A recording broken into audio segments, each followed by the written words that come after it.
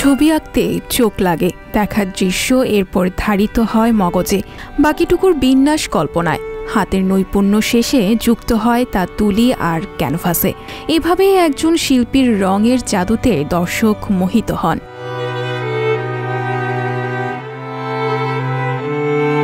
একজন Vincent van গগ এই দর্শক মোহিতের জাদুতে চিত্রশিল্পের ঈশ্বর হয়ে আছেন 2 শতাব্দীর বেশি সময় ধরে।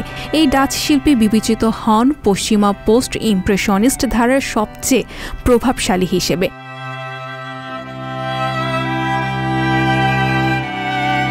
ভ্যান গগের মাত্র 37 বছর জীবনে আমরা দেখতে পাই নিদারুণ দারিদ্র্য, মনোবিকার ও একগুয়েমি, কিন্তু সবকিছুই যেন তার শিল্পী জীবনের স্বার্থে।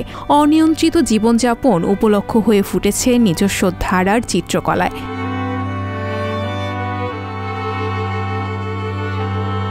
ভ্যান গগ প্রায় 2000-এর বেশি ছবি এঁকেছেন জীবনকালে, যার মধ্যে বিক্রি হয়েছে একটি।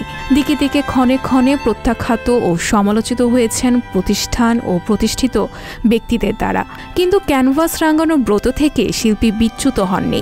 শিশুর সরলতায় সমাজের নিম্নবর্গের ছবি এঁকে গেছেন, কখনো এঁকেছেন ল্যান্ডস্কেপ, কখনো স্টিল লাইফ। জীবদ্দশায় নিজ কীর্তি দেখে যেতে না পারা এই শিল্পীর সাথে কেমন জানি মিলে যান বাংলা কবিতার শুদ্ধতম কবি জীবনানন্দ দাশ। অবজ্ঞা ভুলে নিজস্ব ধ্যানে থাকাই যে অজর শিল্পস্রষ্টাদের কাজ।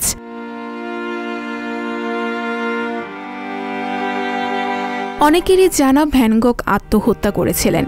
মৃত্যুর আগে তার শেষ উক্তি ছিল, this sadness will last forever.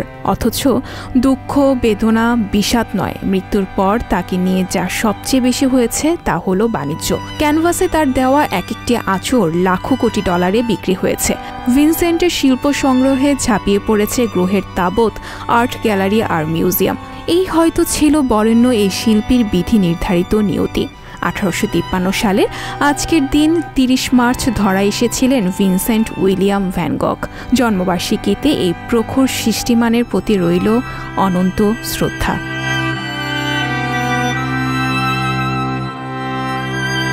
Sanjita Shampa, সংবাদ প্রকাশ।